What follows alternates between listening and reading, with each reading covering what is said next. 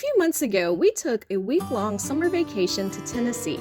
We visited Jack's brother for a couple days, but then Jack's brother joined us as we turned our attention to the popular tourist destination of Pigeon Forge, which, along with neighboring Gatlinburg, is home to a theme park, a water park, the Great Smoky Mountains National Park, and numerous other attractions, museums, plus a lot of shopping and dining options.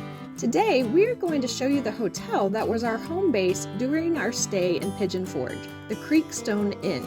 We'll show you our room and the rest of the inn's property and discuss some fun recreation options that are available to guests at the inn. We're going to start at the registration office, which is across the street from the rest of the inn. Check-in time is 4 p.m. As we post this video in November 2021, room rates start at about $130 a night. In the summer, when we visited, rooms started at about $170 a night and went up to about $250 a night for a room with a kitchenette. There are also different rates for rooms with hot tubs and some with fireplaces as well. The inn is made up of 3 different buildings. On the map we're about to show you, Building 1 is the office. There's a small parking lot at the office. Across the street is Building 2, the Creekstone building. That's where we stayed. It had a parking garage under the building, and it's only 1 block off of the Pigeon Forge Parkway, which is the main strip in Pigeon Forge. The 3rd building is the River's Landing building. It's across the Little Pigeon River from building number 2. As you enter our room, you see the first queen bed, and you can see the Smoky Mountain theming. There are bears and bear claws and mountains and trees on the bedding. Since the hotel is right along the creek, there are ducks carved into the wooden headboard, as well as a painting of ducks hanging on the wall. There are built-in bedside tables on each side of the bed, with a lamp and outlets to charge your devices. There's a TV hanging on the wall opposite the headboard. The bathroom is located in between the 2 queen beds, with the sink, mirror, and dressing table jutting out farther into the middle of the room. This creates a bit of privacy between the 2 beds. It is all one hotel room, but you can't see the opposite side of the room without getting up and walking around the dressing table to the other half of the room. Each side has a bed and TV, so if people in your room want to watch different shows on TV, or if one side of the room wanted to sleep and the other one wants to watch TV, there's a bit of a divide between the 2 halves of the room, making this possible. The bathroom had a shower and tub along with soap and shampoo dispensers on the wall.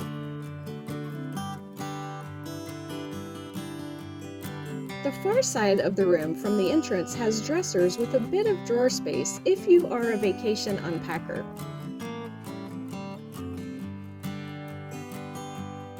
It also has a phone, a microwave, a safe, and a mini fridge.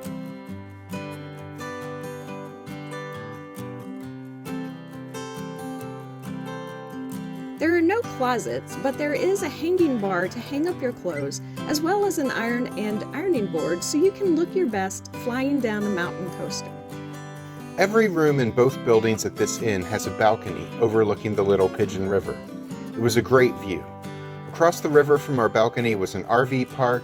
Then a little further down was the other building that makes up our inn, the River's Landing building. There are also 2 other RV parks back there as well. One thing that drew us to this inn is the fact that they had inner tubes you could check out for free at the office to go tubing down the river. That's available from April 1st through September 30th each year. It's cold enough in the other half of the year that tubing wouldn't be enjoyable anyway.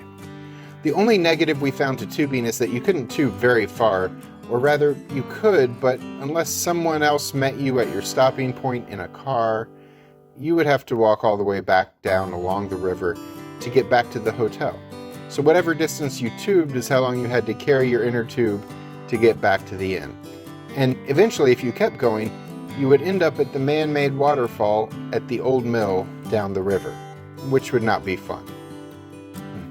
But we enjoyed spending a little time in the river one afternoon during our stay.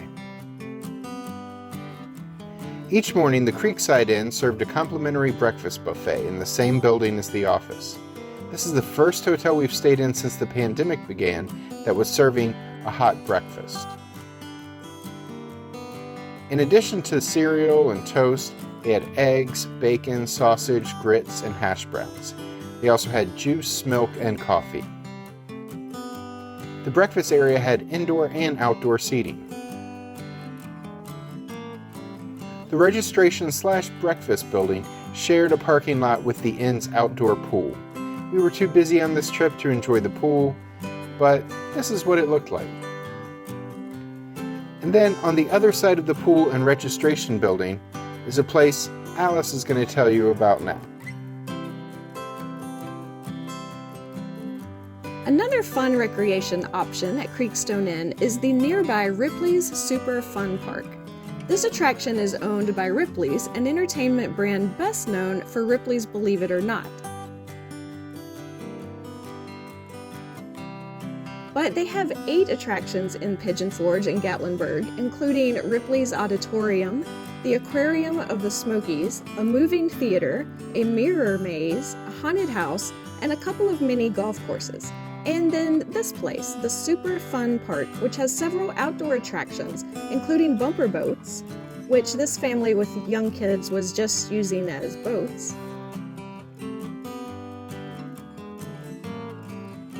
There was a section of kiddie rides called Cub Country featuring a carousel, and a few flat rides.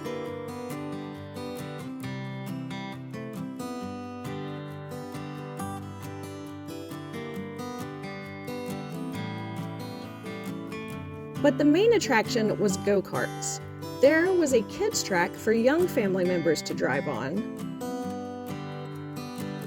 And for older kids, and those of us who are kids at heart, they had a 3-level go-kart track with plenty of twists and turns and corkscrews. You can get a kid's wristband for 2 hours of unlimited rides for $24.99, or an adult's wristband for 2 hours of rides for $34.99. This park also includes an indoor arcade. Jack and I spent about an hour here playing our favorites, skee ball and air hockey. The competition went back and forth. One of us is a little bit competitive. Overly competitive. Just the right amount of competitive. But we had a good time. This was a nice inn with a good price compared to other places in the area. And it was a great location, just a block from the main drag. It's by the river and by Super Fun Park. It's an easy drive to all the nearby attractions. And if you want to take the trolley system, there's a trolley stop very close to this hotel, so you don't really have to drive your own car to the attractions. We highly recommend this hotel if you're looking for a non-chain motel that is reasonably priced and has some cool recreation options on site. I'm Alice. And I'm Jack. Check out our playlist of our trip to Tennessee by clicking on our link here, and don't forget to subscribe so we can see you the next time we're traveling through.